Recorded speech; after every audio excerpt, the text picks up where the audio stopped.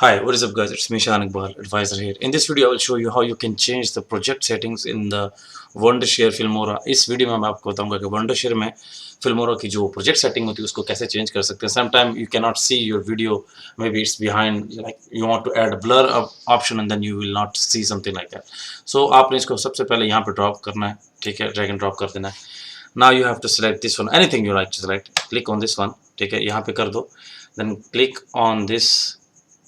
You can see this one options like a TV or something like computer or monitor. Change project aspect ratio. तो यहाँ से आपने इसको change करना है. It depends on you. You like to do it on 4K, 4K UHD, 4K with the resolution 4096, and it depends on you.